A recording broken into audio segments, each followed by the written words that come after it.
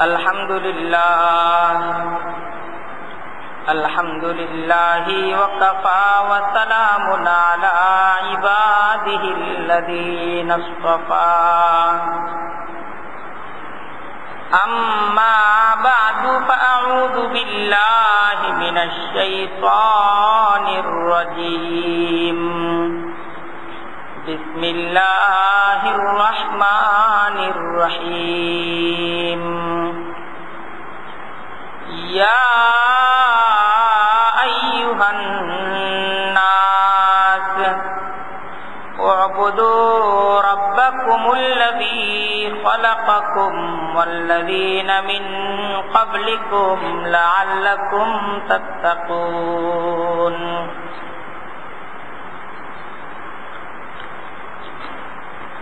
صدق الله العظيم وصدق رسوله النبي الكريم ونحن على ذلك لمن الشاهدين والشاكرين والحمد لله رب العالمين سبحانك لا علم لنا إلا ما علمتنا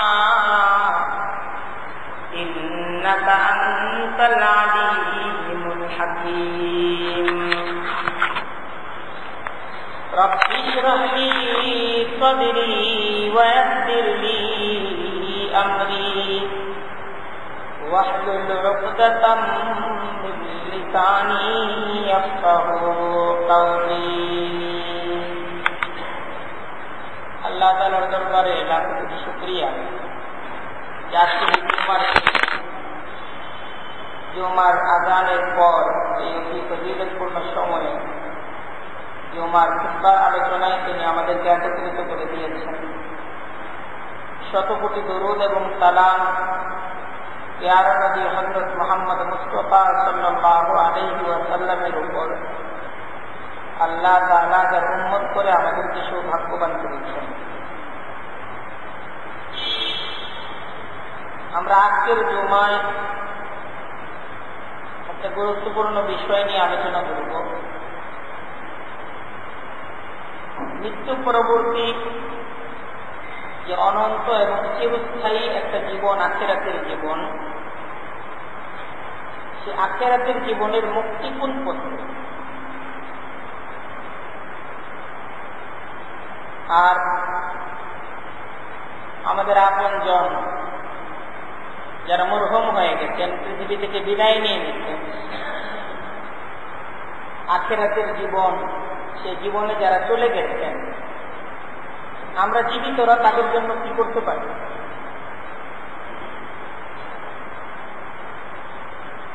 দেখেন, মৃত্যু পরবর্তী জীবন সে আখিরাতের জীবনের সফলতা, শান্তি এবং আখিরাতের জীবনের নিয়ামত লাভের ইচ্ছা এবং চেষ্টা, এটা সবাই করে।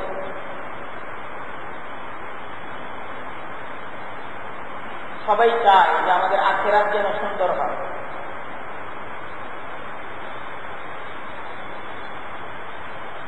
আমাদের সমাজে যদি কোনো ব্যক্তি মৃত্যুবরণ করে, বিশেষ করে তখন আমরা এই বিষয়টাকে নিয়ে খুব ভাবি যে তার মুক্তির জন্য আমরা কি করতে পারি। আসলে তার মুক্তির জন্য আমাদের কি কিছু করার আছে? তার শান্তির জন্য, সে যেন চিরস্থায়ী নিয়ামত জান্নাত লাভ করতে পারে, সেক্ষেত্রে আমাদেরকে আসলে কিছু করার আছে কি? যদি করার থাকে তাহলে আমাদের কি করার আছে? আখিরাতে কিছু পাঠানো যায় কি? দুনিয়াতে আমরা যদি চাই তো আমরা এক স্থান থেকে আরেক স্থানে মালামাল, টাকা পয়সা পাঠাতে পারি। আমি হঠাৎ করে খুব বিপদগ্রস্ত হয়ে গেলাম, তো অপর ভাইয়ের কাছে আমরা সহযোগিতা চাই যে আমাকে কিছু সহযোগিতা পৌঁছাবে। আপন জনেরা সংবাদ পাওয়ার সাথে সাথে সহযোগিতা পৌঁছাতে পারে, তবে সহযোগিতা পৌঁছানোর একটা সিস্টেম আছে। সেই সিস্টেম অনুযায়ী কিন্তু সহযোগিতা পৌঁছাতে হয়। তো এটা তো দুনিয়ার বিষয় না। তো আখিরাতের যে বিষয়, দুনিয়া থেকে আখিরাত, অর্থাৎ একজন ব্যক্তি জীবিত, সে দুনিয়াতে আছে, তার একজন আপনজন সে দুনিয়াতে নেই, সে দুনিয়া থেকে চলে গেছে। এখন আমরা দুনিয়া থেকে তাদেরকে কিছু পাঠাতে পারবো।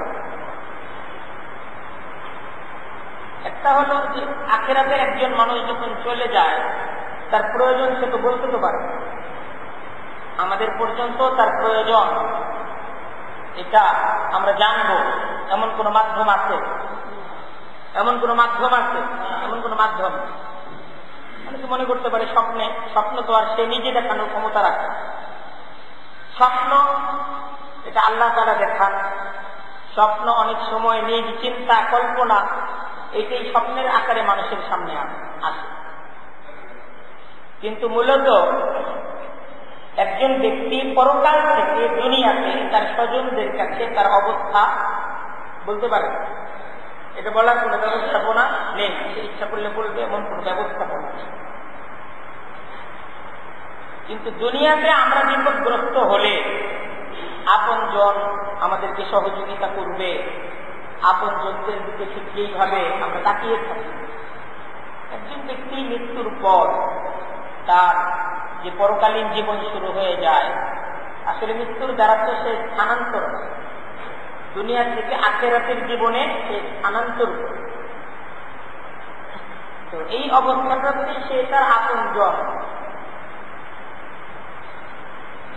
আপনজন তাদের ভূমিকার দিকে, তাদের সহায়তার দিকে আরো অনেক বেশি উদ্গ্রীব। এখন এই যে এই পাঠানো, আরবি ভাষায় এটাকে বলা হয় ইসা। আর আখিরাতে তো টাকা পয়সা না, পাঠাইতে হবে কি সোয়াব। এই শব্দটাকে বলা হয় ইসালে সোয়াব। ইসালে সোয়াব।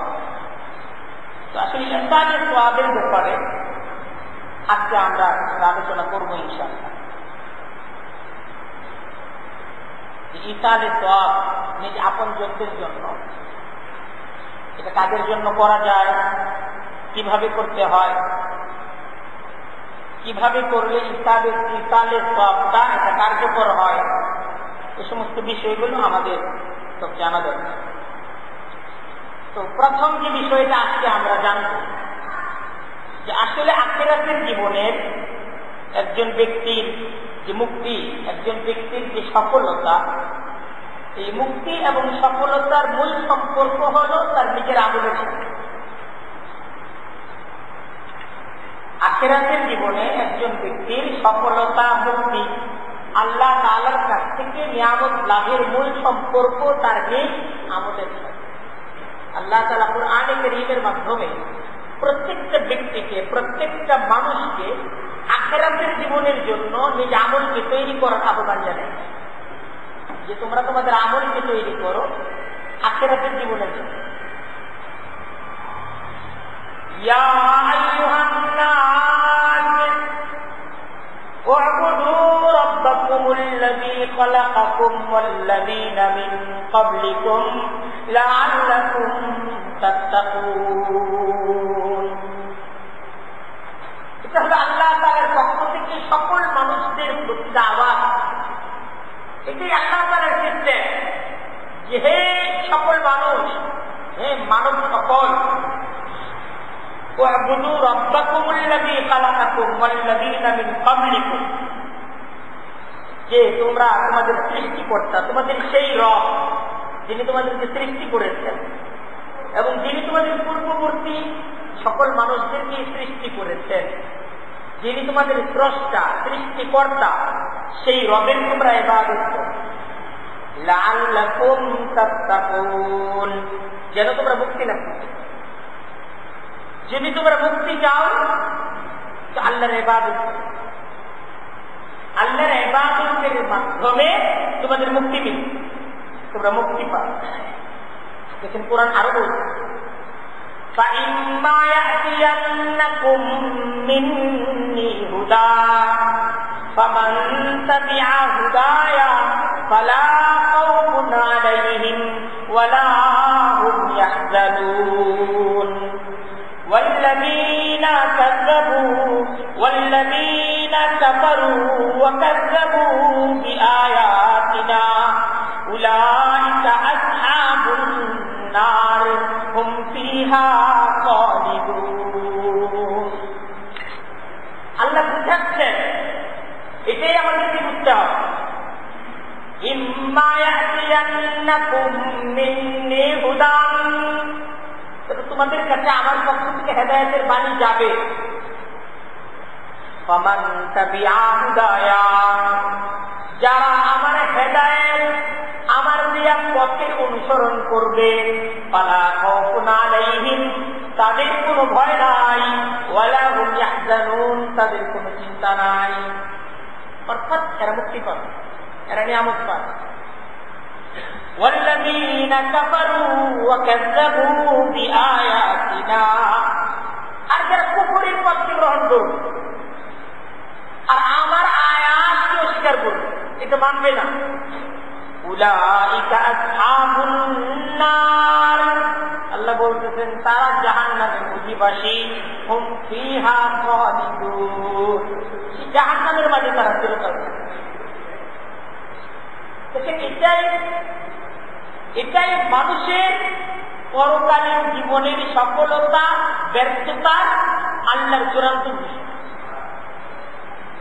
কুরআন কারীমের সূরা বাকারার 81 এবং 82 নম্বর আয়াত আল্লাহ আরো বুঝাচ্ছেন বালা অবশ্যই এটাই চূড়ান্ত এটাই হবে মান কাসাবা সাইয়্যাতান যারা পাপকে কামাই করবে যারা পাপ অর্জন করবে গুনাহ অর্জন করবে আখিরাতের জীবনের জন্য গুনাহ কামাবে ওয়া আহাত বিহি খাতিআতুহু আর তার পাপটাকে ঘিরে রাখবে পাপটাকে ঘিরে দেবে চতুর্দিকে শুধু পাপ পাপ ফাউলাইকা আসহাবুন নার তারা জাহান্নামের অধিবাসী হুম ফিহা খালিদুন আর কি জাহান্নামের মধ্যে যারা চিরকাল থাকবে ওয়াল্লাযীনা আমানু আর যারা ঈমান আনবে ওয়া আমিলুস সালিহাত আর তারা সৎকর্ম করবে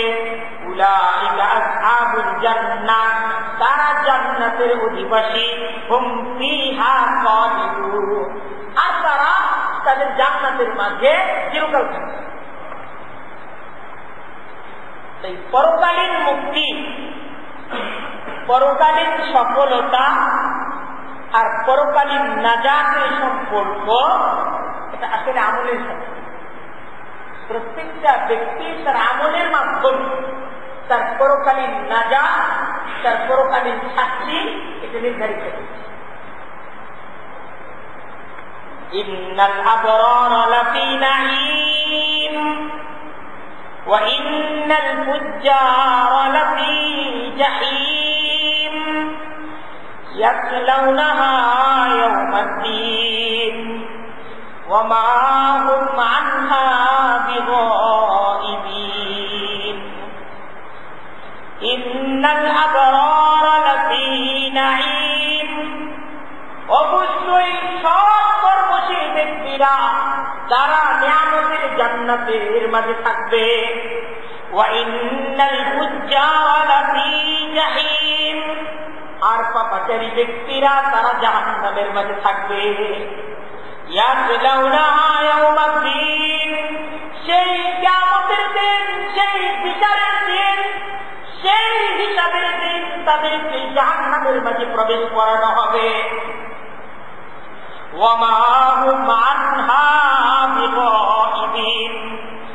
সেখান থেকে তারা উধাও হতে অদৃশ্য হতে পারবে না তারা উধাও হতে আর সে দিনটা কেমন দিন হবে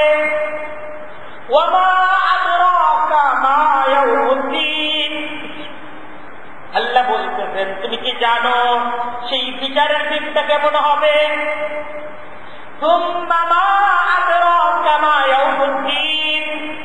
আবার তোমাকে প্রশ্ন করতেছি তুমি কি জানো সেই বিচারের দিনটা কেমন হবে ইয়াউমা, সেই দিনটা এমন একটি দিন হবে, লা তামলিকু নাফসুন লিনাফসিন শাইআ, সেদিন কোন ব্যক্তি অপর কোন ব্যক্তির সামান্যতম উপকার করার ক্ষমতা রাখবে না। ওয়াল আমরু ইয়াউমাইযিন লিল্লাহ, সেদিন সমস্ত ক্ষমতা সমস্ত সিদ্ধান্ত আল্লাহর হবে। সমস্ত ক্ষমতা সমস্ত সিদ্ধান্ত সেদিন কার তরফ থেকে হবে? আল্লাহর তরফ থেকে হবে। আর কেউ অপর কোন ব্যক্তির কোন উপকারে আসবে, কোন উপকারে আসবে না। তিলকা উম্মাতুন ক্বাদ খালাত, আল্লাহ বলতেছেন দেখো তোমাদের পূর্বপুরুষ তারা নেককার ছিল, তারা পৃথিবী থেকে চলে গেছে। লাহা মা কাসাবাত, লাহা মা কাসাবাত, তারা যাই পাবে যা তারা কামাই করেছে, লাহা তারা নিয়ে গেছে, মা কাসাবাত যা তারা কামাই করেছে। তোমাদের পূর্বপুরুষ তারা সাথী করে যা তাদের কামাই, এই কামাইকে তারা সাথী করে নিয়ে গেছে। ওয়ালাকুম মা কাসাবতুম, আর তোমরা যা তোমরা কামাই করছো সেই কামাইটা তোমরা সাথে করে নিয়ে যাবে। হাসরের ময়দান, সেই ময়দানে প্রত্যেকটা ব্যক্তিকে তার আমল সম্পর্কে জিজ্ঞাসা করা হয়। ওয়ালা তুসআলুনা, আল্লাহ বলতেছেন হাসরের ময়দানে তোমাদেরকে প্রশ্ন করা হবে না। আম্মা কানু ইয়ামালুন, তোমাদের পূর্বপুরুষদের কি পরিচয় ছিল জিজ্ঞাসা করা হবে না, তোমার বংশ জিজ্ঞাসা করা হবে না, সম্পর্ক জিজ্ঞাসা করা হবে না, আর এটা কোনো কাজেও আসবে না। হাসরের ময়দানের সমস্ত সিদ্ধান্ত তো তোমার নিজ আমল দ্বারা হবে। যাদের আমল যেমন, তাদের সাথে আল্লাহর আচরণ তেমনই হবে। আল্লাহ কোরআনে একটা দৃষ্টান্ত দেখাচ্ছেন, দেখেন আল্লাহ বলতেছেন যরাবাল্লাহু মাতালাল লিল্লাযীনা কাফারু, যারা কুফরিতে তাদের কুফরির পথকে যারা গ্রহণ করবে, কুফরির পথকে যারা পছন্দ করবে, তাদের জন্য আমি একটা দৃষ্টান্ত দিতেছি। ইমরাআতা নূহ ওয়া ইমরাআতা লূত, আমার এক নবী তার নাম ছিল নূহ, আমার এক নবী তার নাম ছিল লূত। এই হযরত নূহ আলাইহিস সালামের বিবি হযরতে লূত আলাইহিস সালামের স্ত্রী, এদের দৃষ্টান্ত দিচ্ছি। কানাতা তাহতা আবদাইনি মিন ইবাদিনা সালিহাইনি, আল্লাহ বলতেছেন আমার দুইজন সৎ কর্মশীল নেককার আমার মনোনীত দুইজন নবীর তারা স্ত্রী ছিল। এরা নবীর স্ত্রী ছিল। কার স্ত্রী? স্বামী নবী, সাধারণ কোন মানুষ না, আল্লাহর সবচেয়ে প্রিয়, আল্লাহর পক্ষ থেকে নির্বাচিত ব্যক্তি হযরতে নূহ, হযরতে লূত। আল্লাহ বলতেন এদের স্ত্রী ফাখানাতাহুমা, স্ত্রী খিয়ানত করেছে তাদের সাথে, নবীর শিক্ষাকে স্ত্রী গ্রহণ করে নাই, নবীর দাওয়াতকে স্ত্রী গ্রহণ করে নাই। আল্লাহ বলতেছেন ফালাম ইউগনিয়া আনহুমা মিনাল্লাহি শাইআ, আল্লাহর মোকাবেলায় তাদের স্বামীরা তাদের কোনো উপকারে আসে, তারা যখন আল্লাহকে মানে নাই, স্বামীর পরিচয়ে তারা মুক্তি পাবে। ওয়াকিলা, আর তাদেরকে বলা হবে উদখুলান নার মা'আদ দাখিলিন, জাহান্নামীদের সাথে তোমরা জাহান্নামে প্রবেশ করো। এটাই তাদের ব্যাপারে সিদ্ধান্ত, এটাই তাদের ব্যাপারে সিদ্ধান্ত। সেই সাথে আরেকটা দৃষ্টান্ত দিচ্ছে, ওয়াদরাবাল্লাহু মাসালাল লিল্লাযীনা আমানু ইমরাআতা ফিরআউন, আর দেখো আমি আরেকটা দৃষ্টান্ত দিচ্ছি মুমিনদের জন্য। ফেরাউনের স্ত্রী, ফেরাউন তো ছিল যুগের সবচেয়ে জালেম, পৃথিবীর সবচেয়ে জালেম খোদাদ্রোহী কাফির ছিল ফেরাউন। কিন্তু ফেরাউনের স্ত্রী সে তো জান্নাতি, সে যখন ঈমানকে গ্রহণ করলো আর আল্লাহর কাছে আবদার করলো, আল্লাহ জালেমদের থেকে আমাকে রক্ষা করে জান্নাতের দুয়ারটা আমার জন্য খুলে দেন, আল্লাহ বলতেছে মৃত্যুর আগেই আমি তার জন্য জান্নাতের দুয়ার খুলে দিই। আসলে কুফরিকে কোনো ব্যক্তি যদি পছন্দ করে, কোন ব্যক্তি যদি কুফুরের পথকে গ্রহণ করে, তাকে তার পরিচয়, তাকে তার বংশ, এটা তাকে রক্ষা করতে পারবে, তাকে কেউ বাঁচাতে পারবে, তার বাঁচার কোন পথ নেই। আর যে ব্যক্তি ঈমান এবং সৎ মনোবৃত্তির উপর, সৎ কর্মের উপর তার জীবনকে তৈরি করেছে, আল্লাহ তাআলা এই ব্যক্তির জন্য বলতেছেন লা খাউফুন আলাইহিম, তার কোনো ভয় নেই, ওয়ালা হুম ইয়াহজানুন, তার কোনো চিন্তা নেই। আমল সে জিন্দেগি বনতি হ্যায়, জান্নাত ভি জাহান্নাম ভি। আমল দ্বারাই কিন্তু জিন্দেগি তৈরি হয়।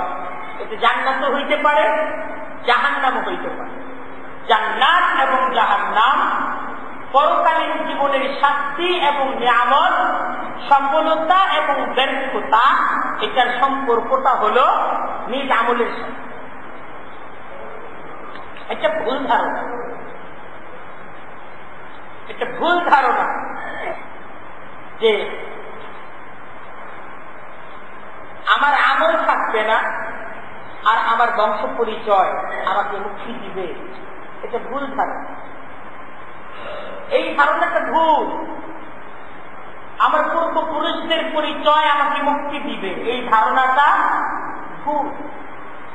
আল্লাহ বলতেছেন তিলকা আমানি হোক, এটা তাদের মিথ্যা আশা।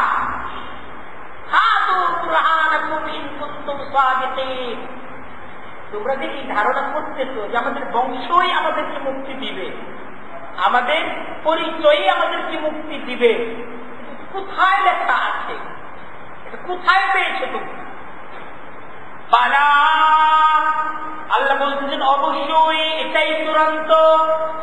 মান আসলামা ওয়াজহাহু লিল্লাহি ওয়া হুয়া মুহসিন ফালাহু আজরুহু ইনদা রাব্বিহি ওয়ালা খাউফুন আলাইহিম ওয়ালা হুম ইয়াহজানুন।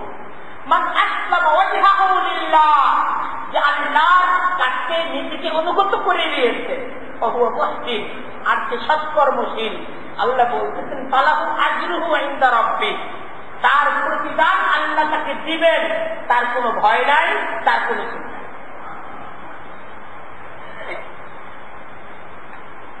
তাই মুক্তির সম্পর্কটা এটা নিজে আমলের সাথে।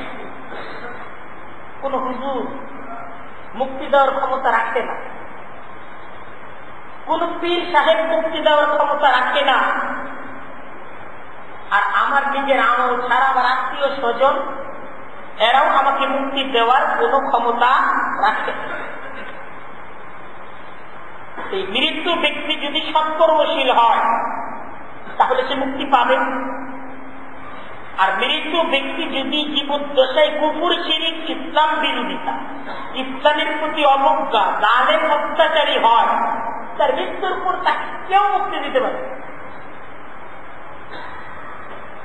তার রেহাই নাই, তার শাস্তি হবে, তার বিচার হবে। এই পর্যন্ত আলোচনা থেকে যে বিষয়টা আমরা পেলাম, কোরআনকে সামনে রেখে, যে মানুষ পৃথিবীতে দুই প্রকার। কয় প্রকার মানুষ? দুই প্রকার মানুষ। এক প্রকার মানুষ হল যারা বিশুদ্ধ ঈমান সহ ইসলামের ছায়াতলে সৎকর্ম করে মৃত্যুবরণকারী। এক প্রকার মানুষ হল যাদের ঈমান ছিল, সহি আমল ছিল, সহি ঈমান ছিল, আর এই অবস্থায় তারা মৃত্যুবরণ করেছে। এক প্রকার মানুষ। আর আরেক প্রকার মানুষ হল ইসলামের প্রতি অবজ্ঞা প্রদর্শনকারী ব্যক্তি, ইসলামের প্রতি, আল্লাহর প্রতি অনাস্থা জ্ঞাপনকারী ব্যক্তি। তাহলে মানুষ কয় প্রকার? দুই প্রকার। এখন দেখেন এই দুই প্রকার মানুষের ক্ষেত্রে আমরা এখন বিধান জানি যে প্রথম প্রকার ব্যক্তি বা দ্বিতীয় প্রকার ব্যক্তি ধরে যারা ইসলামের প্রতি অবজ্ঞা প্রদর্শনকারী, যারা আল্লাহর প্রতি অনাস্থা জ্ঞাপনকারী ব্যক্তি,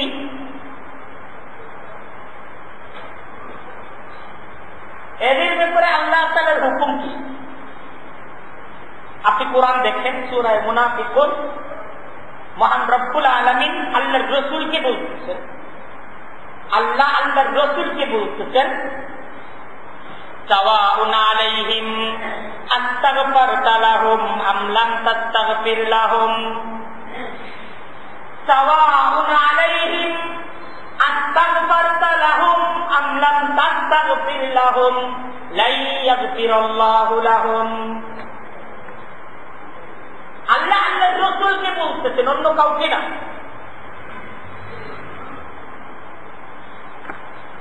আল্লাহ আল্লাহর রাসূলকে বলতেছে, অন্য কাউকে না। আপনি প্যারা হাবিবকে বলতেছেন, আস্তাগফারতা লাহুম আম লাম তাস্তাগফির লাহুম। নবী, আপনি যদি তাদের জন্য ইস্তেগফার করেন, তাদের পক্ষ হয়ে আপনি যদি আমার কাছে ক্ষমা চান, আপনি চাইতে পারেন, আবার ক্ষমা আপনি নাও চাইতে পারেন। আমার সিদ্ধান্ত শুনে নেন, ফালাম ইয়াগফিরুল্লাহু লাহুম, আল্লাহ তাদেরকে কোনো অবস্থাতেই ক্ষমা করবেন। কেন আল্লাহ তাদের ব্যাপারে এত কঠোর কেন? আল্লাহ কোরআনে বলছেন, হুমুল্লাযীনা ইয়াকুলুনা লা তুনফিকু আলা মান ইনদা রাসূলিল্লাহি হাত্তা ইয়ানফাদু। কেন আল্লাহ এত কঠোর? আল্লাহ বলছেন, তারা তো এমন ব্যক্তি, তারা এমন কথা বলে। কি কথা বলে? আল্লাহ রাসূল সাল্লাল্লাহু আলাইহি ওয়াসাল্লামের সঙ্গী সাথীদের মাঝে, সাহাবীদের মাঝে কিছু ছিল দরিদ্রতা। মদিনায় যখন রাসূলুল্লাহ সাল্লাল্লাহু আলাইহি ওয়াসাল্লাম হিজরত করে আসলেন, মদিনার আনসারী সাহাবা একরাম তারা আল্লাহর রাসূলের যে সহযোগিতা এবং এই সমস্ত দরিদ্র সাহাবীগুলোকে তারা কি করতেন? সহযোগিতা করতেন। এবং আনসারীদের সহযোগিতাতে মুহাজির এই সমস্ত দরিদ্র সাহাবী যারা সমস্ত কিছুই সহায় সম্বল মক্কায় রেখে মদিনায় চলে এসেছে, আনসারীদের সহযোগিতায় তারা কিন্তু নিজ ঈমান এবং ইসলামের খেদমতগুলোকে তারা আঞ্জাম দিয়ে যাচ্ছে। সেই মদিনার মুনাফিক গোষ্ঠী, মদিনার কাফির গোষ্ঠী, তারা এই সমস্ত কথাগুলো বলতো যে মুহাম্মদুর রাসূলুল্লাহ তোমরা সহযোগিতা করো, দান সৎকার করো, এজন্য তারা এই জায়গায় বসে বসে কি করতেছে? এরা ঠিক আছে, দান সৎকার বন্ধ করে দাও, এরা ঠিক আছে। না শুনছিস, তোমরা কেউ টাকা পয়সা দিও না, দান সৎকার করো না আলা মান ইনদা রাসূলিল্লাহ, যারা আল্লাহর রাসূলের আশেপাশে আছে, তোমরা এটা বন্ধ করো। হাত্তা ইয়ানফাদু, তাহলে দেখবে এদের সব শেষ, সব শেষ, এরা সব চলে যাচ্ছে। আল্লাহ বলছেন তারা এমন কথা বলে, আল্লাহ তাদেরকে ক্ষমা করবেন না। আপনি ক্ষমা চাইতে পারেন, কিন্তু আল্লাহর দরবারে এদের ক্ষমা নাই।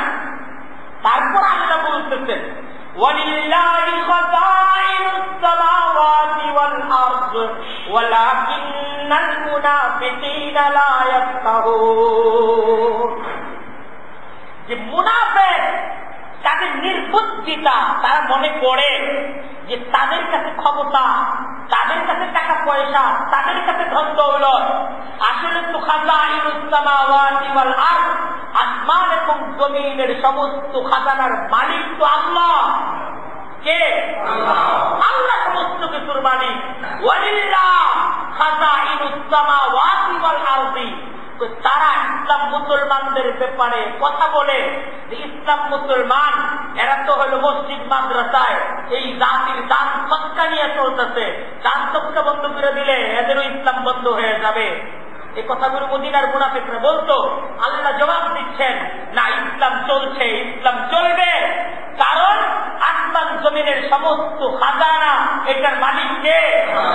সমস্ত কিছুর মালিক আল্লাহ। কিন্তু ওয়ালাকিন্নাল মুনাফিকিনা লা ইয়াফকাহুন, মুনাফিকদের এই বুঝ নাই, মুনাফিকদের এই বুঝ নাই, এজন্য তারা এই সমস্ত কথা। আল্লাহ বলতেছেন এদের ক্ষমা নাই, আপনি এদের জন্য ক্ষমা করবেন, এদের ক্ষমা নাই। আল্লাহ রাসূলকে বলতেছে, আপনি যদি 70 বার এদের জন্য ক্ষমা চান, আমি তাদেরকে ক্ষমা করব। এই ক্ষেত্রে আল্লাহ তাআলা কঠোর। আপনি ইসলামের প্রতি অবজ্ঞা প্রদর্শন করবেন, আপনি ইসলামের বিরোধিতা করবেন, আপনি মুখে যা আসবে তাই বলবেন, এটার কঠিন পরিণতি অপেক্ষা করবে। তারপর আরেকটা কথা বলছি, يقولون لئن رجعنا إلى المدينة ليخرجن الأعز منها الأذل ليخرجن الأعز منها الأذل। মুনাফিকরা আল্লাহর রাসূল এবং সাহাবায়ে কেরামদেরকে বলতো, এটা তো নিম্ন জাতি, এদের জাত কি? নিম্ন জাত, আর আমরা হইলাম উচ্চ জাত। তারা বলতো এই সমস্ত নিম্ন জাতের লোকগুলোকে আমাদের শহর থেকে বের করে দিতে হবে, এদেরকে আমরা মানছি, এদেরকে বের করে দিতে হবে, এদের তো কোনো ইজ্জত সম্মান নাই, ইজ্জত সম্মান আর আপনাদের না। আল্লাহ বলতেছেন এদের ক্ষমা নাই, এদের ক্ষমা নাই। কেন? এই যে সমস্ত কথা এরা বলে। তারপর আল্লাহ বলতেছেন ওয়ালিল্লাহিল ইজ্জাতু ওয়ালিরাসূলিহি ওয়ালিলমুমিনিনা ওয়ালাকিন্নাল মুনাফিকিনা লা ইয়ালামুন। তোমরা নিজেদেরকে ইজ্জতের দাবি করতেছো, ইজ্জত কাকে বলে? ইজ্জত সম্পন্ন তো আল্লাহ, ইজ্জত কার? সবচেয়ে বেশি ইজ্জত আল্লাহ। ওয়ালিল্লাহিল ইজ্জাতু, ইজ্জত তো আল্লাহ, ওয়ালির রাসূল, তারপর ইজ্জত কার? রাসূলের, ওয়ালিল মুমিনিন, তারপর ইজ্জত কাদের? মুমিনদের। তোমার কাছে কি আছে? ইজ্জত আল্লাহ, তারপরে ইজ্জত রাসূলের, তারপর ইজ্জত কাদের? মুমিনদের। ওয়ালাকিন্নাল মুনাফিকিনা লা ইয়ালামুন। তো মুনাফিকরা তো জানে না, এই ইলম নাই, ইজ্জতটা যে কার এই ইলমটাই তার না, এই ইলমটাই সে অর্জন করে নাই। আল্লাহ রাসূলকে বলতেছে এদের জন্য আপনি ক্ষমা চাবেন। রাসূল তো উদার। আল্লাহ রাসূল যখন আল্লাহ বলছেন 70 বার যদি আপনি ক্ষমা চান আমি ক্ষমা করবো, রাসূল বলেছেন আমি 70-এর বেশি করব, তখন আল্লাহ তাআলা রাসূলকে বলছেন ক্ষমা আপনি চাইতে পারবেন। মা কানা লিল মুমিনিন আন ইস্তাগফিরু লিল মুশরিকিন, এই যে আয়াত আছে, মা কানা লিন নাবিয়্যি ওয়াল লাযীনা আমানু, সূরা তাওবার আয়াত। আল্লাহ বলছেন নবীর জন্য হারাম, মা কানা লিন নাবিয়্যি ওয়াল লাযীনা আমানু, এবং ঈমানদারদের জন্য এটা নিষেধ, হারাম, আন ইস্তাগফিরু লিল মুশরিকিন, যে তারা একজন মুশরিকের ব্যাপারে তারা প্রার্থনা করে, এটা নিষেধ, হারাম। ওয়ালাউ কানু উলি কুরবা, যদিও সে অনেক নিকটাত্মীয় হোক, যদিও সে নিকটাত্মীয় হোক, তার জন্য দোয়া করা যাবে না।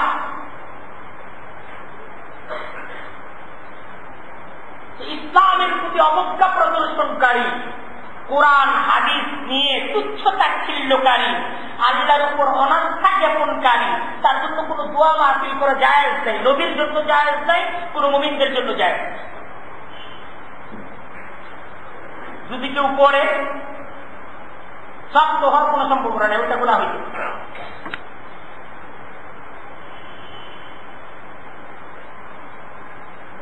এটা হলো মানুষ কয় প্রকার? দুই। এক প্রকার মানুষ যারা ইসলামের বিরোধী, যাদের কাছে কুফরিটাই পছন্দ, কুফরির পথেই তারা গ্রহণ করেছে। আল্লাহ আল্লাহ রাসূল ইসলাম, ইসলামের বিধানকে নিয়ে যারা তুচ্ছ তাচ্ছিল্যকারী, এদের জন্য কোন ধরনের দোয়া করার সুযোগ আছে? আপনি কোরআন দেখেন, কোন সুযোগ। যদি সুযোগ থাকতো, এই সুযোগটা কাকে দেওয়া হইত? রাসূলুল্লাহকে দেওয়া। আল্লাহ তো কোরআনের সূরা তাওবাটা দেখেন, বলতেছে মা কানা লিন নবী, নবীর জন্য এই সুযোগ আমি দেই না।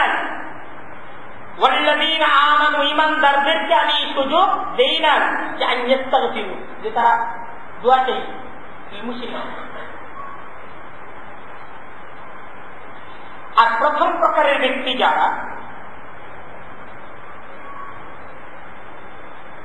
যারা বিশুদ্ধ ঈমান এবং সৎ কর্মের অধিকারী হই,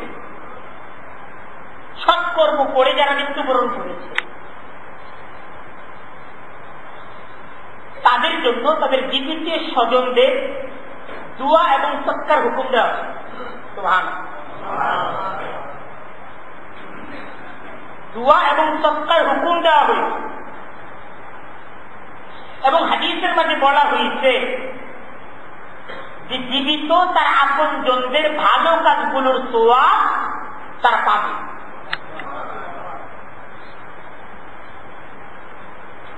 কুরআনে কারীমের মাঝে মহান রব্বুল আলামিন বলতেছেন সূরা ইয়াসিনের আয়াত, ইন্না নাহনু নুহয়িল মাউতা ওয়া নাকতুবু মা কদ্দামু ওয়া আসারহুম ওয়া কুল্লা শাইইন আহসাইনাহু ফি ইমামিন মুবিন। সূরা ইয়াসিনের আয়াত পড়া হয়েছে না? সূরা ইয়াসিন অনেকের পড়া হয় না? আর সূরা ইয়াসিনের আয়াত প্রথম মুবিনে কি, ইন্না নাহনু নুহয়িল মাউতা, নিশ্চয়ই আমি মৃতদেরকে জীবিত করব। ইন্না নাহনু নুহয়িল মাউতা, আজকে যারা মরে যাচ্ছে সবাই কিন্তু জীবিত হবে, হবে না? আখিরাতের চূড়ান্ত সেই চিরস্থায়ী জীবনের জন্য আমি তাদের সকলকে একত্রিত করব। ওয়া নাকতুবু, আর আমি লিখে রাখতেছি, নাকতুবু মা কদ্দামু, যা তারা আমল করতেছে তাদের আমলগুলো কিন্তু লিপিবদ্ধ হচ্ছে। ওয়া আসারহুম মা কদ্দামু, আল্লাহ বুঝাচ্ছেন যে আমল তারা করছে তাদের আমলগুলো কিন্তু লেখা হচ্ছে। ওয়া আসারহুম, আর তারা যা রেখে আসতেছে, তারা যে সমস্ত কাজগুলোকে রেখে আসতেছে তাদের অসমাপ্ত কাজ, কিছু কাজ তারা করে এসেছে আর কিছু কাজ তারা রেখে এসেছে অসমাপ্ত, আমি তাদের আমল নামায় তাদের অসমাপ্ত কাজগুলোকেও পূর্ণ করি।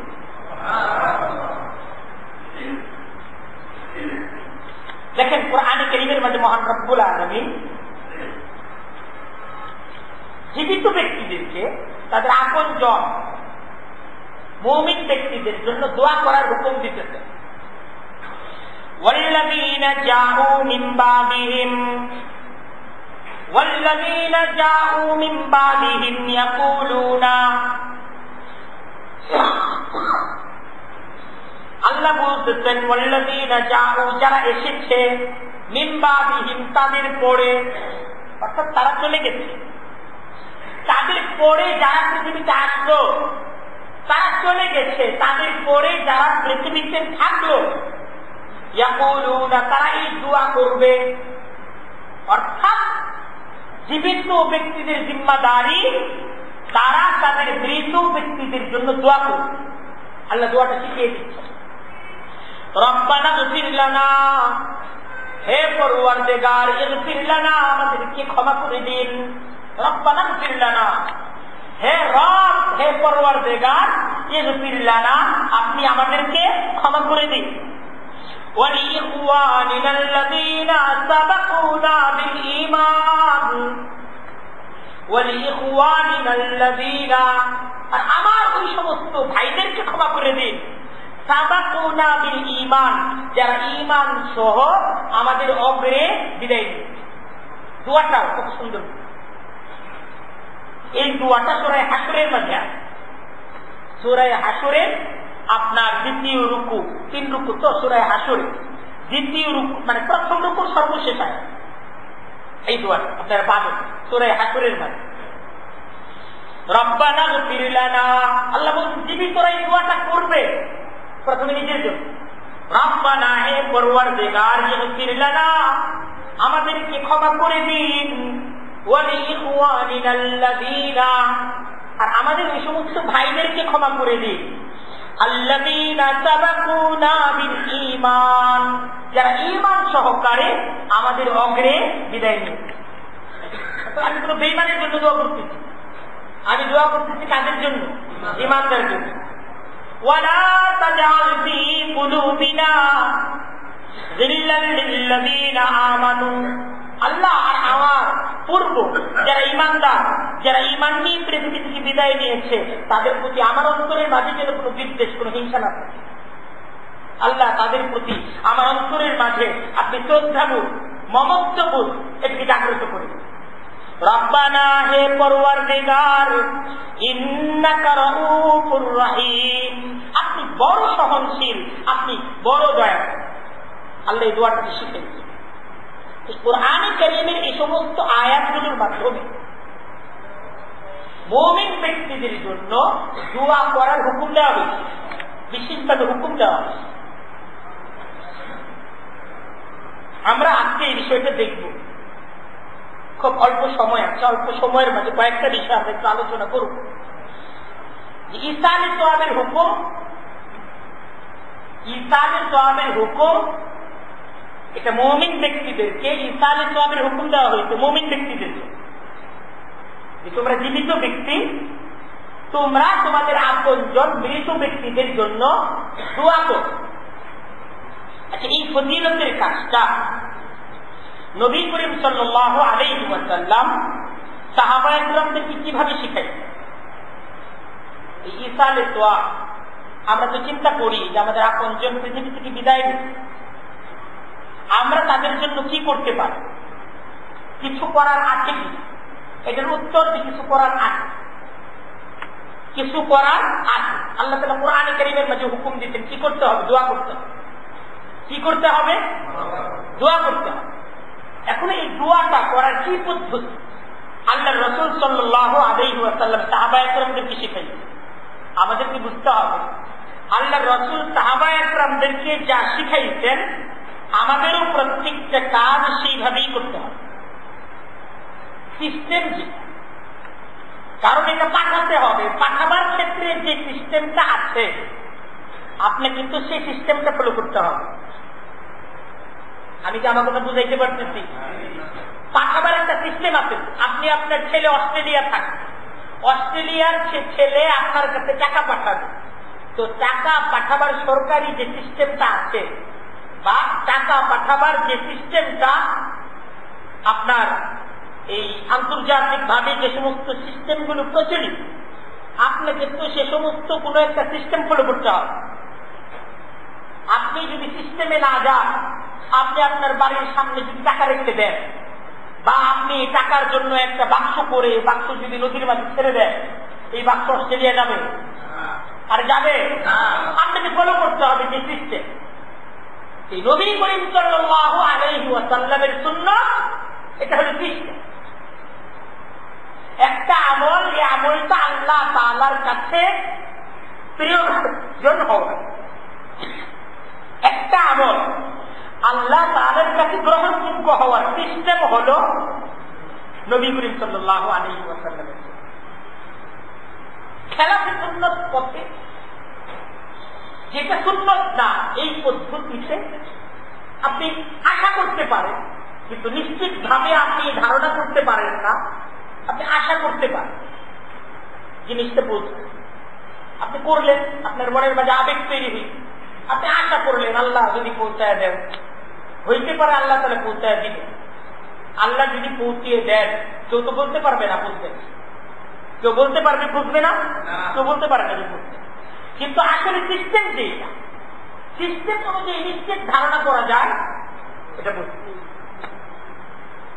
যদিও দুনিয়ার বিভিন্ন সিস্টেমের উপর আমাদের বিশ্বাস নাই, কিন্তু আল্লাহ রাসূল হাদিসের মাঝে যে সিস্টেম বলে গেছেন, আল্লাহ তাআলা যে সিস্টেমের কথা বলছেন, এই সিস্টেমের উপর বিশ্বাস রাখাটাই তো ঈমান। আল্লাহর সিস্টেমের উপর তো বিশ্বাস রাখার সুযোগ নাই, না আছে? আছে সুযোগ।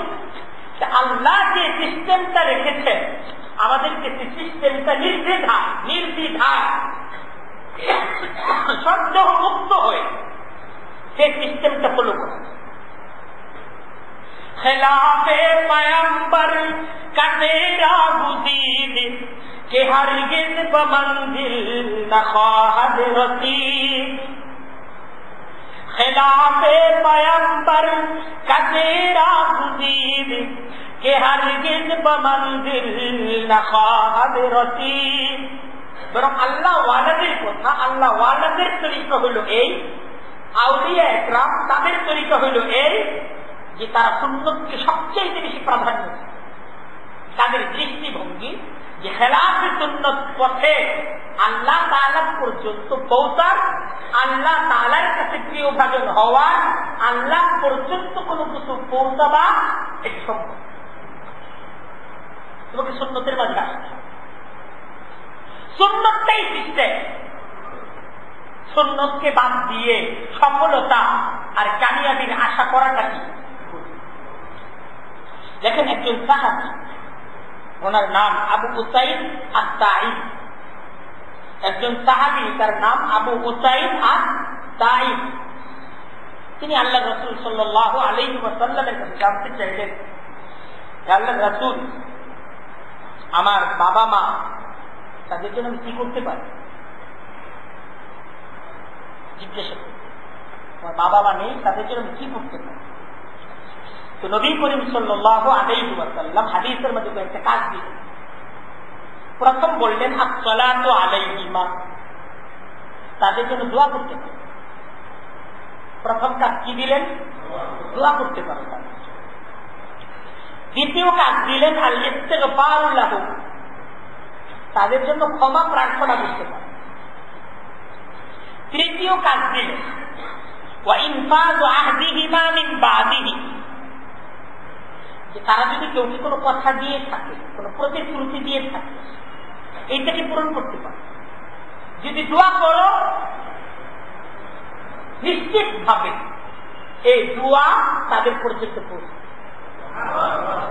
আল্লাহ রাসূল বলছেন, এরপরে কোনো সন্দেহ আছে? দোয়া করতে হবে। আমাদের একটা ভুল কি বলবো, আমরা দোয়া অনুষ্ঠান করি, দোয়া করি। আমাদের ভুলগুলো জানা দরকার না? আমরা দোয়া অনুষ্ঠান করি, দোয়া করি, অনুষ্ঠান নিয়ে ব্যস্ত থাকি। অথচ সন্তানকে বলা হচ্ছে তুমি দোয়া করো। আমরা মনে করি সবাই দোয়া করবে, আমি অনুষ্ঠান করে দিই। দেখেন আল্লাহ রাসূল সাল্লাল্লাহু আলাইহি ওয়াসাল্লাম তিনি নিজে পৃথিবী থেকে বিদায় নিচ্ছেন। তার জীবদ্দশায় তার অসংখ্য সাহাবী পৃথিবী থেকে বিদায় নিচ্ছেন। আল্লাহ রাসূলের জীবদ্দশায় তার দুইজন স্ত্রী পৃথিবী থেকে বিদায় নিচ্ছেন।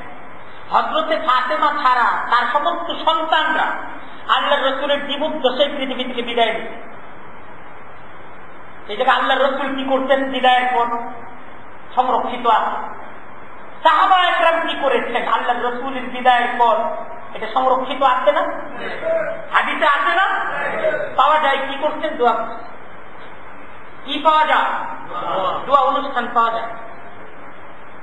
দোয়া অনুষ্ঠান পাওয়া যায়। এটা আমাদেরকে শিখতে হবে। জিনিসটা আমাদেরকে শিখতে হবে। আমরা যদি মনে করি আমরা শিখবো না, আমাদের শেখার কিছু নাই, তাহলে ভুল। আমাদেরকে বিষয়গুলো জানতে হবে। আমরা কি করতেছি, কি করা উচিত, এটা জানতে হবে। আরেকটা বিষয় বলি, আল্লাহ রাসূল মসজিদে নববীর ইমাম। মসজিদে নববীর ইমামতি কে করে? আল্লাহ রাসূল করে। 10 বছর হিজরতের পর আল্লাহ রাসূল মসজিদে নববীতে নামাজ পড়ায়। সাহাবা একরামদের বাবা মার ইন্তেকাল হইছে না? হইছে না? কিন্তু কোন নামাজের পর কিন্তু আল্লাহ রাসূল বা সাহাবা একরামদের উপস্থিতিতে দোয়া মজলিস হইতে পাওয়া যায়। আমরা দোয়া অনুষ্ঠান করি, আমি এটাকে নিষেধ করতেছি। এটা সুন্নত। সুন্নত হইল দোয়া করা। সুন্নত কি? দোয়া অনুষ্ঠান আমরা করতেছি, এর দ্বারা কিন্তু হবে না এই কথা আমি বলতেছি। হইতেও তো পারে, এটা বলার ক্ষমতা তো আমার। আল্লাহ তাআলা যদি আমাদের দোয়া অনুষ্ঠানগুলোকে কবুল করেন, কেউ কি বাধা দিতে পারবে? আমরা ইখলাসের সাথে, মহব্বতের সাথে বাবা মার জন্য দোয়া অনুষ্ঠান করব। অবশ্যই দোয়া অনুষ্ঠান আমরা যেটা করতেছি, আমি এটাকে নিষেধ করতেছি, কিন্তু নিজেরা দোয়া করি। আমি যেটা বুঝাতে চাচ্ছি, আমরা যে নিজেরা দোয়া করি, এটাকে পরিবর্তন করাতে আমাদের নিজেদের দোয়ার মাঝে সময় কাটানো চাই। নিজের বাবার জন্য হাত তুলে শেষ রাত্রে জুমার দিন বাবা মার কবরের পাশে দীর্ঘ সময়ের জন্য তাদের জন্য রুনাজারি করার সিলসিলাটা, এইটার তরিকাটা আমাদের সমাজের মাঝে না। আমরা নিজেরা লম্বা সময়ের জন্য হাত তুলি, নামাজের পর যে হাত তুলি, কোন রকম হুজুর লম্বা দোয়া করলে আমরা অনেক সময় মনে করি হুজুর এত লম্বা দোয়া করতে। আসলে দোয়া জিনিসটা তো ইহতিমামের সাথে, মুহাব্বতের সাথে হাত তুলতে কার কাছে? আল্লাহর কাছে। হাত তুললাম, নামায় নিলাম, এটা তো দোয়া আদব না। দোয়া করলে ভালোভাবেই করতে হবে। আমি হাত করলাম, কিছুই বললাম না, শেষ করে দেব। দোয়া যখন আমি করব ইহতিমামের সাথে, মহব্বতের সাথে, আল্লাহ তাআলার আযমতের সাথে, আল্লাহ তাআলার বরকতকে সামনে রেখে মহব্বতের সাথে দোয়া করব। তা আমাদের খুব দোয়ার মধ্যে অংশগ্রহণ করা চাই, নিজ বাবা মার জন্য ইস্তেগফার করা চাই আল্লাহ তাআলার দরবারে। রব্বির হামহুমা কামা রব্বায়ানি সগীরা। খুব পড়া, খুব ধ্যানের সাথে, খেয়ালের সাথে, একাকীভাবে নির্জনে আমার বাবা মা আমার প্রতি যে অবদান, যে মহাব্বত, যে স্নেহ, যে মমতা আমাকে বড় করে তোলার পিছনে তাদের যে ত্যাগ এবং কুরবান, আমি একটু দোয়া করতে পারবো না তাদের জন্য? আমি বিশেষভাবে সবাইকে দাওয়াত দিচ্ছি, আমরা দোয়া করার চেষ্টা। আমাদের তো সামাজিক অবস্থাটা মানে এখন এরকম হয়ে গেছে, বললে অনেকে কষ্ট পাইতে পারেন, কিন্তু এটা বাস্তব। অনেকে মসজিদে জিলাপি দিয়ে চলে যায়, সে নিজে থাকে না। মসজিদে অনেকে জিলাপি দিয়ে চলে যায় যে আমি ব্যস্ত। এই জিলাপি বছরে একদিন যে দেয়, এটা দিয়া এই সংবাদ দিয়ে চলে যায় আমি ব্যস্ত। তাহলে মসজিদে আমরা যারা মসজিদে নামাজ পড়তে আসে এদের মনে হয় কোনো ব্যস্ততা, তারা মনে হয় বেকার, মনে করতেছে আমি জিলাপি দিয়ে গেলাম, এরা সবাই জিলাপি খায়, এরা সব বেকার কাজ করছে। এটা অনুচিত, এটা ঠিক না। আমার নিজের দোয়ার মাঝে অংশগ্রহণ করা চাই, আমার নিজের চোখ থেকে পানি পড়া চাই, আমার বাবা মার আবেগ তৈরি করা চাই। 3 দিন পর্যন্ত সুখ পালনের বিধান হাদিসের মাঝে, 3 দিন পর্যন্ত সুখ পালনের বিধান আছে না হাদিসে? গত সপ্তাহে বলছি, আমরা যদি আগে থেকে জানা না থাকে, এখন তো জানা। 3 দিন পর্যন্ত মৃত ব্যক্তির জন্য তার আত্মীয় স্বজন, তার পাড়া প্রতিবেশী, তারা মৃতের পরিবারকে কি করবে? সুখ জানা। এখন তো সামাজিক অবস্থাটা এতটুক নোংরা হয়ে গেছে, এতটুক নোংরা হয়ে গেছে যে বাবাকে দাফন করে আসার পর সুখ ভোলার জন্য, কষ্ট ভোলার জন্য টিভি দেখতে থাকে, নাটক দেখতে থাকে, নাটক, টিভি ইত্যাদি দেখা সে তার মনের দুঃখ দূর করতে, মানে একটা দিন তার মনের মাঝে যে দুঃখ রাখবে রাখি না। এটা মানে জন্মদাতা পিতা মাতার সাথে কেমন আচরণ, এটা কেমন আচরণ? আমাদের এই আচরণগুলোর পরিবর্তন দরকার আছে না নাই? এইটা বোঝার চেষ্টা। তারপর দেখেন হাদিসের মাঝে আসছে যে তাদের কোন প্রতিশ্রুতি যদি থাকে, তো ওরে বলছে যে আমি এটা করে দিই, সন্তানদের দায়িত্ব সেটা করে দেয়, তাহলে বাবা মা তার সব পেয়ে নিশ্চিত, সব যে পেয়ে যাবে এটা কি নিশ্চিত। কারণ কে বলছে? আল্লাহ রাসূল বলছে সিলাতুর রাহমিল্লাতি লা তুসালু ইল্লা বিহিমা। আর কি করতে হবে? বাবা মার যারা নিকট আছে, আপনার মা নাই, আপনার খালা আছে, আপনার বাবা নাই, চাচা আছে, ঠিক বাবা থাকলে বাবাকে যেই মহাব্বত, যেই আযমত, যেই শ্রদ্ধাটা এবং যেই খেদমতটা আপনি আপনার বাবাকে করতেন, আজকে বাবা নাই, বাবার ভাই চাচা, মায়ের বোন, খালা, তার সাথে ঠিক মায়ের মতো মার প্রতি শ্রদ্ধা মুক্তা, এটা আপনার চাচা, আপনার খালা, আপনার ফুফা, এদের সাথে এই আদবটা আপনি যদি দেখান সন্তান হিসেবে, এটার সওয়াব একদম সরাসরি নিশ্চিত ভাবে আপনার বাবা মার আমল নামায় চলে যায়। এইটা করতে বলা হচ্ছে। আমরা তো বাবা মারা যাওয়ার পর চাচার সাথে ঝগড়া শুরু করি, বাবা যেহেতু নাই, এতদিন বাবা ছিল চাচারে ছাড় দিত, এখন বাবা নাই, এখন চাচারে আর ছাড় দেওয়া হবে না, ঝগড়া সিস্টেম না, এটা সিস্টেম না। এখন এই চাচাই আপনার অভিভাবক, চাচাকেও বুঝতে হবে যে আমি তাদের অভিভাবক। চাচাও যদি মনে করে ভাই নাই, এখন তো করে বুঝাবো, এটা ভুল। আর দেখেন হাদিসের মাঝে আজকে পঞ্চম যে জিম্মাদারি আল্লাহ রাসূল দিতেন, ওয়া ইকরামু সাদিয়তিহিমা, যে বাবা মা তাদের যারা বন্ধু বান্ধব এদেরকে একরাম। সাহাবায়ে কেরাম কি করতেন? ছাগল জবাই কইরা নিজ বাবা মা তাদের যারা বন্ধু বান্ধব ছিল এদের বাড়িতে ঘুরতে পারতেন। আরে আল্লাহর রাসূল নিজে হাদিসের মাঝে পাওয়া যায়, হযরত খাদিজার ইন্তেকালের পর থেকে যখনই ভালো কিছু কাজ হইত হযরত খাদিজার বান্ধবী যারা ছিল এদেরকে আল্লাহর রাসূল পাঠায়। আপনার বাবা নেই, বাবার সাথে খাস মহব্বত ছিল, আপনার চাচা আত্মীয়তার সম্পর্কটাই তার সাথে, কিন্তু আপনার বাবার খাস বন্ধু, আপনি তাকে একরাম করেন, তাকে আপনি সময় অসময়ে তাকে হাদিয়া দেন, কাপড় চোপড় হাদিয়া দেন, লঙ্গি হাদিয়া দেন, টাকা পয়সা হাদিয়া দেন। আমরা সমস্ত হাদিয়া দিয়ে চলে আসি হুজুরের কাছে, অথচ এনে হুজুরের শব্দ নেই। আছে হুজুর? আছে? সমস্ত দান সৎকার এটা হুজুরদের না, হুজুরদের কাছ থেকে দিন শিখতে হবে। হুজুরদের কাছ থেকে কি শিখতে হবে? আল্লাহর রাসূল কি করতেন, সাহাবায়ে কেরাম কি করতেন শেখার জন্য হুজুরদের কাছে আসতে। আমরা তো হুজুরদের কাছে শেখার জন্য আসতে চাই না। আমরা সামনে এই বিষয়ে আরো লম্বা আলোচনা করব এবং সাহাবায়ে কেরাম কি করতেন বিস্তারিত রেফারেন্স সহকারে আলোচনা করব। আমরা আসলে চাই যে আমাদের জীবনগুলো যেন সুন্নাত অনুযায়ী গড়ে ওঠে।